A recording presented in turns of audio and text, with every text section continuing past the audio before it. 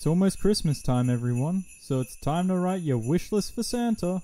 Hello and welcome back to Jurassic World Evolution 2, where today I'll be doing something entirely original and never done before, and that's make an update wish list. Now, last year, or this year, look, I don't know anymore, but I made a video that was about things that needed to be added to Jurassic World Evolution 2, and I was gonna go back and reference that video and see what they had and hadn't added, but apparently I've deleted that video, so now I'm here starting from scratch. I'm gonna start by saying that what's included on this list is things that I think could be added to the game and not just things I wanna see. For example, I'd really like to have baby dinosaurs and modular building, but I can say with 99% confidence that they won't come to the game. I also want to preface this by saying that this is in no particular order. I'm reading from a script and the order is whatever came to mind whilst I was writing. And look, I know it's been a couple days since I last uploaded, and I'll talk about that at the end of the video for those who actually care. Now, without further ado, I'm gonna get on with the meat and potatoes of this video. First things first, animal behaviors. I'm talking interspecies interactions, pterosaur interactions, marine reptile interactions, marine reptiles eating pterosaurs, improved hunting mechanics, etc, etc. And I strongly believe that these changes can come to the game for two main reasons. The first is that they've made behavioral and animation additions in the past, most notably in the most recent update, with the pterosaurs attacking ranger teams and marine reptiles attacking lagoon walls. The second is that modders have added new behaviors to the game. There was recently a mod released, which I don't know the name of or who it was by, but there was a mod that added new behaviors such as prey stalking and pack hunting in larger carnivores. However, I feel as though there is a big issue with the modded behaviors, and that's that mods are obviously only available on PC, which may mean that there may be issues with those behaviors on console.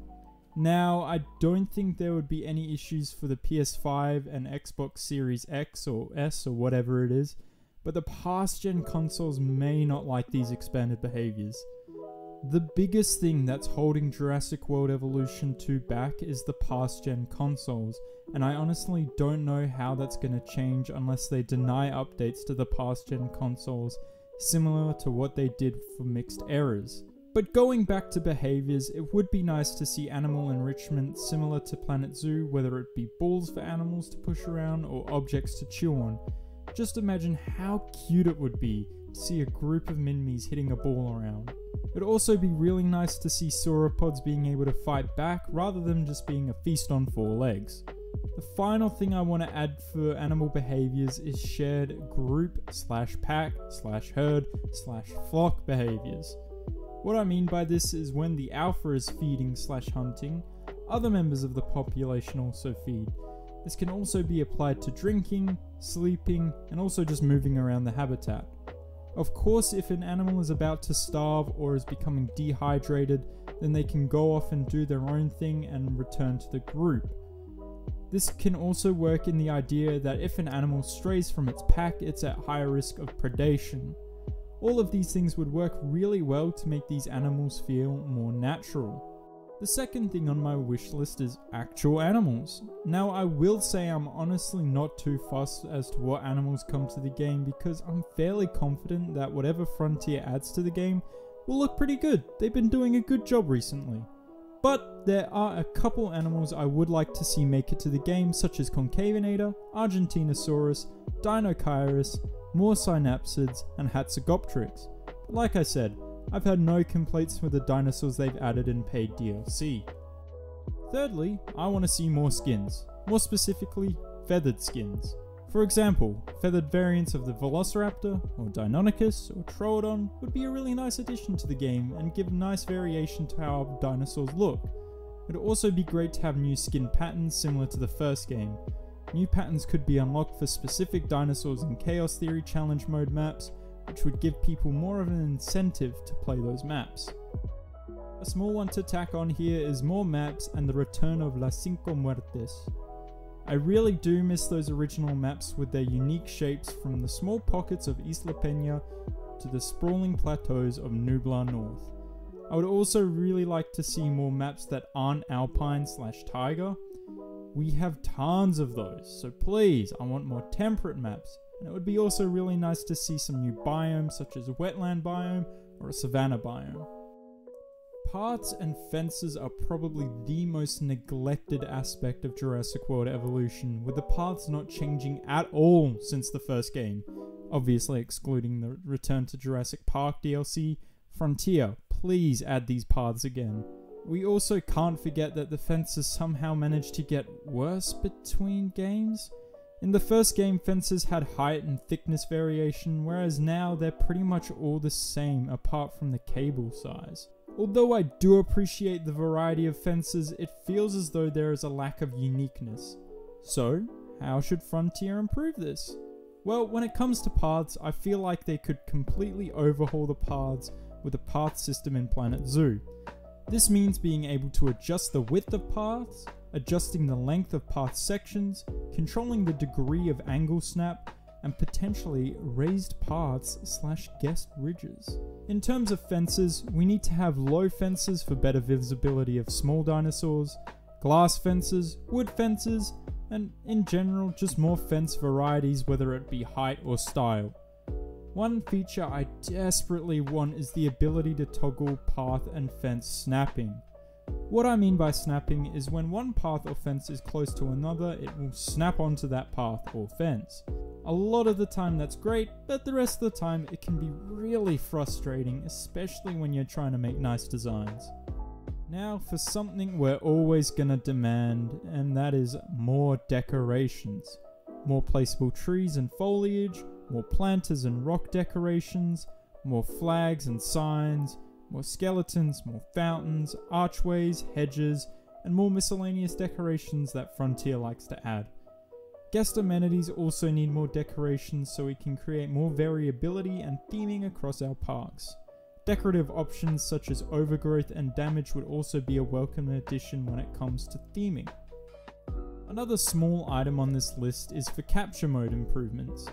Out of all the games I've played, the one with the best capture mode probably goes to Horizon Zero Dawn/Forbidden West.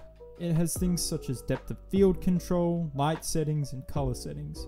Being on PC, I'm lucky enough to have access to those due to Nvidia Ansel, but people on console completely lack this, and it's a feature that can make your photos look so much better. Also, slow motion mode. Where did that go? For the penultimate item on our list, I've gone for the big kahuna that is attractions. From Jurassic World Evolution 1 to Jurassic World Evolution 2, there have only been 3 new attractions added to the games. In the first game, it was the Truck Tour and Jurassic Park Tour, both pretty much the same thing, and in the second game, it was the attraction buildings, which really don't do much. I don't know what I can say that other people haven't already asked for, but you know, we all want things such as the Jurassic River Cruise, hot air balloon tour, helicopter tour, underwater viewing galleries/tunnels, viewing domes, and so on and so forth. It would also be really nice to have the attractions from the Jurassic World movies such as the T-Rex log and the Raptor paddock. Frontier has been pretty good at listening to community requests, so I would be very surprised if they don't add these to the game in the future.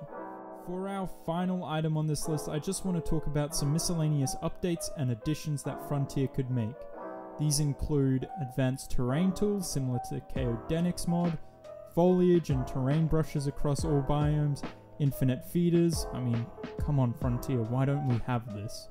A damage tool, again similar to the mod, control of the day-night cycle and weather similar to Prehistoric Kingdom, and no hitboxes.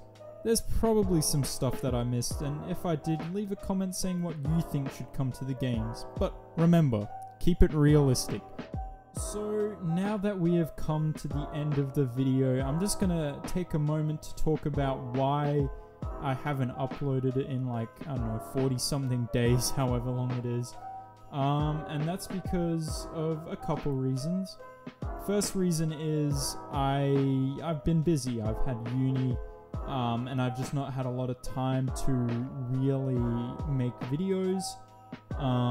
Second reason is I kind of lack the motivation to keep going I lack the motivation to keep going on with the parks that I was doing, and that is the All Species Park and the Alpine Ski Resort Park. Now, I'll probably continue the ski resort park sometime in the future, I don't know, and I've kind of completely cut the All Species Park because I just wasn't having fun with it, I wasn't enjoying it, and also it happened during the build, and that's Frontier releasing a DLC where it's like, okay, now I've got to fit in more. I'm gonna wait, I will do that park in the future, but I'm gonna wait until the game is at its end of its lifetime, no more animals are being added, and I can really focus on building that really insane park. And maybe there'll be a bigger map by then, and I can maybe it'll be a bit more achievable. But yeah, those are a couple reasons. Also, I've kind of taken my time to build a different park. One that was built completely off camera. I did not film it at all, and it's probably one of the best parks I've built. It's certainly not the best park out there, but it's one that I'm really happy with, and I can't wait to show you. Probably see that next week. I'm gonna try and get on a weekly upload schedule. At least one a week is what I'm trying to say. You know, maybe you'll get 2 a week. Maybe you'll get 2 a week in a stream. Maybe 1 a week in a stream. Maybe no videos a week, but you'll get a stream. There'll be some sort of content, or at least one piece of content every week. But I'm excited to get back into this grind now that I'm on break.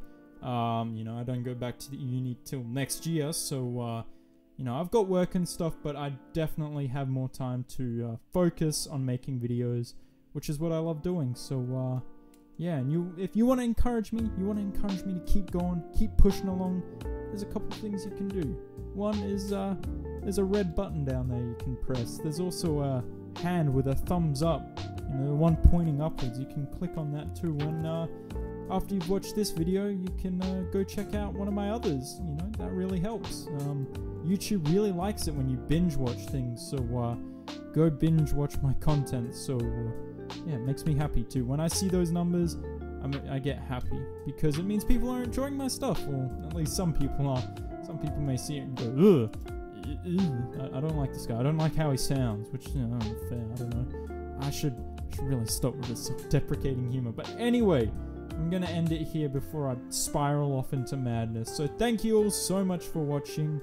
I really hope you enjoyed. Remember, if there's anything you think should come to the game that I didn't talk about here, leave it in the comments below. Even if it's wacky and out there that you don't think will come to the game but would be really cool. I'd love to hear it. So yeah, leave that comment below, and I'll see you in the next one. Ciao!